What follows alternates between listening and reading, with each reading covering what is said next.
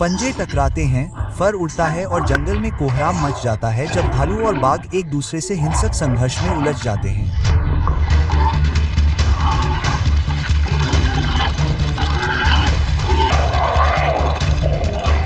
सबसे पहले बाघ पूरी ताकत से हमला करता है। भालू के प्रभुत्व को देखते हुए भालू जमीन पर गिर जाता है। भालू बाघ के वर्चस्व के करीब आने पर भी आत्मसमर्पण नहीं करता। इसके बजाय वह अपने पंजों से तेजी से वार करता है।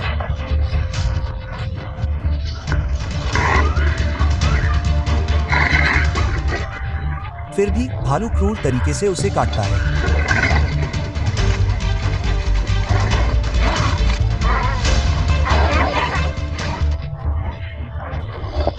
उग्र स्वभाव वाला भालू बाघ को जमीन पर पटक देता है।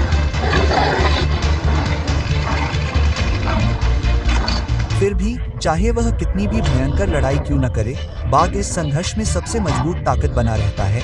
उसकी मौजूदगी ही युद्ध के मैदान को परिभाषित करती है।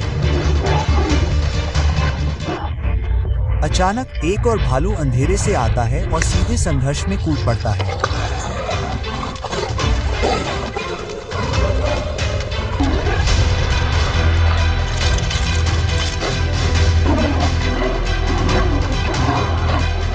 शक्ति का संतुलन बाघ के खिलाफ खतरनाक रूप से झुक जाता है।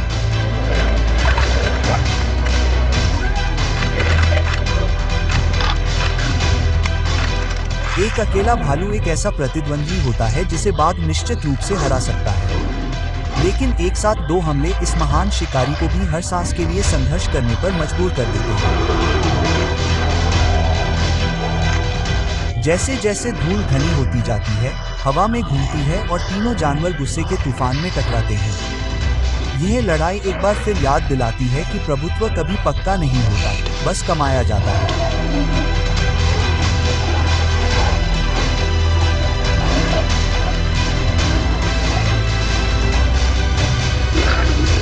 अपने खिलाफ आती परिस्थितियों को भांपते हुए बाघ पीछे हटने लगता है, लेकिन भालू उसके करीब आ जाते हैं और उसे भागने का मौका नहीं देते।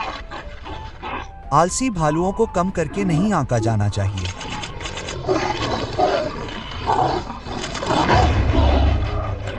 बाघ खुद को दो बनाम एक की कड़ी लड़ाई में फंसा हुआ पाता है। यह उचित नहीं है, लेकिन जंगल में न्याय का कोई स्थान नहीं है।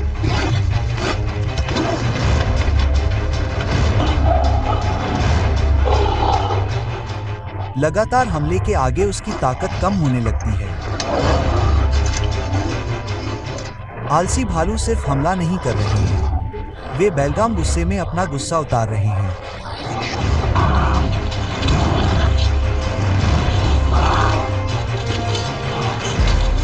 लगातार हमलों के आगे उनकी दहाड़ें टूटती हुई आवाज में बदल जाती हैं। फिर भी जमीन पर रहते हुए भी वे अपने पंजों से हमला करते हैं, अंधाधुंध लेकिन प्रचंड रूप से जवाबी हमला करते हैं।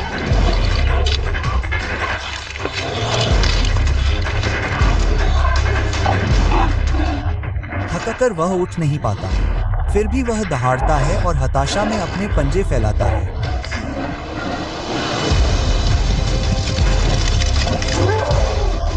वह फिर से भागने की कोशिश करता है, लेकिन भालू उस पर हमला कर देते हैं।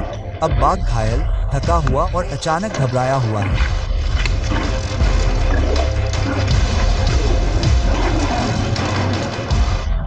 हर बार गिरने और दर्द के साथ बाघ खुद को बचाने के लिए अपनी लुप्त होती लेकिन अटूट प्रवृत्ति से प्रेरित होकर फिर से उठता है।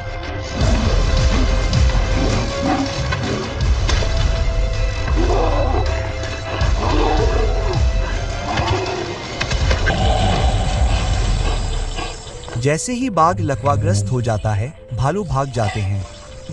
यह संघर्ष भूख से नहीं, बल्कि प्रभुत्व स्थापित करने की एक आदिम आवश्यकता से शुरू होता है।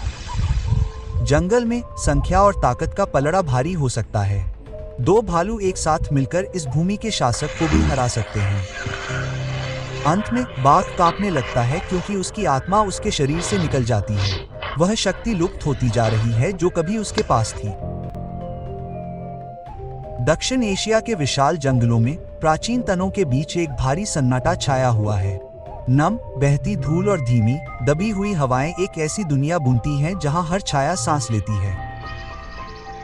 इन छायादार परिदृश्यों के बीच भालू उभरता है, एक मायावी विशेषज्ञ जिसे क्रूर शूरवीरों, छिपी हुई मांदों और सहनशक्ति पर आधारित जीवन द्वारा आकार दिया गया है। आलसी भालू शक्तिशाली, निशाचर शिकारी होते हैं जो अपने झबरा कोट, लंबे पंजे और विशिष्ट सफेद छाती के निशान के लिए जाने जाते हैं। आलसी भालू का वजन आमतौर पर 90 से 140 किलोग्राम होता है, जिसमें बड़े नर का वजन 160 से अधिक होता है। उनकी लंबाई लगभग 1.5 से 1.9 मीटर होती है। शक्तिशाली अंगों और लंबे घुमावदार पंजों के साथ निर्मित। स्वाभाविक रूप से शर्मीले, वे टकराव से बचते हैं, फिर भी उनकी कमजोर दृष्टि और एकाकी आदतें अक्सर चौंकने पर प्रतिक्रिया करने की जल्दी करती हैं। वे अपने अप्रत्याशित स्वभाव के लिए जाने जाते हैं, जो एक पल में सतर्क से विस्फोटक में बदल जाते हैं।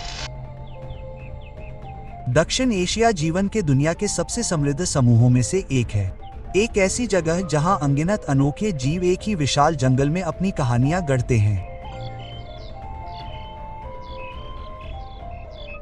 और इस साझा मैदान के भीतर जहां कई जानवर चुपचाप रहते हैं, एक उपस्थिति बाकी सभी से ऊपर है, बाघ, जिसका प्रभुत्व अस्तित्व के हर नियम को फिर से लिखता है।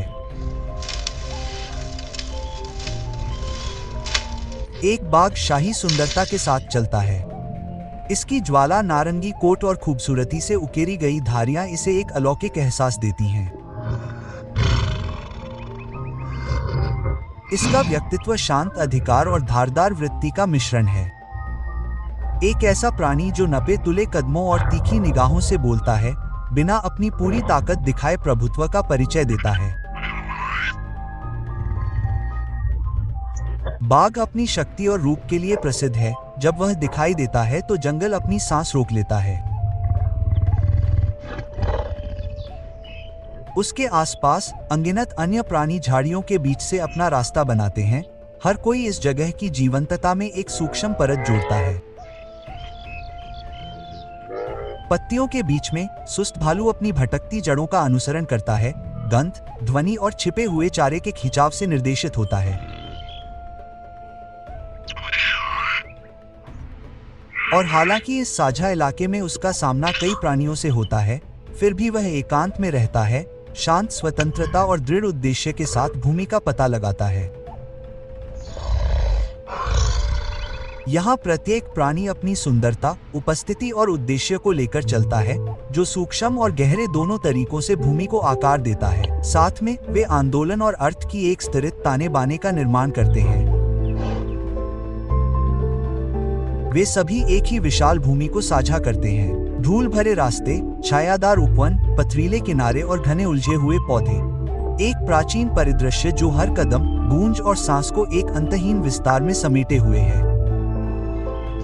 एशियाई जंगली कुत्ते के रूप में भी जाने जाने वाले डोल्स इस परिदृश्य में आत्मविश्वास के साथ कदम रखते हैं। झुंड के बीच संवाद धीमी सीटी और तेज चहचहाहट में होता है, और यहाँ तक कि चार पैरों पर खुद से पेशाब करने की उनकी असामान्य आदत भी उस संवाद का हिस्सा बन जाती है।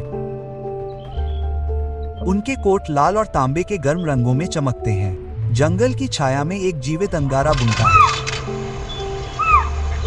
गुड़ियों का झुंड जंगल के किनारे धीरे धीरे चल रहे चीटाइल्स के एक समूह को देखता है।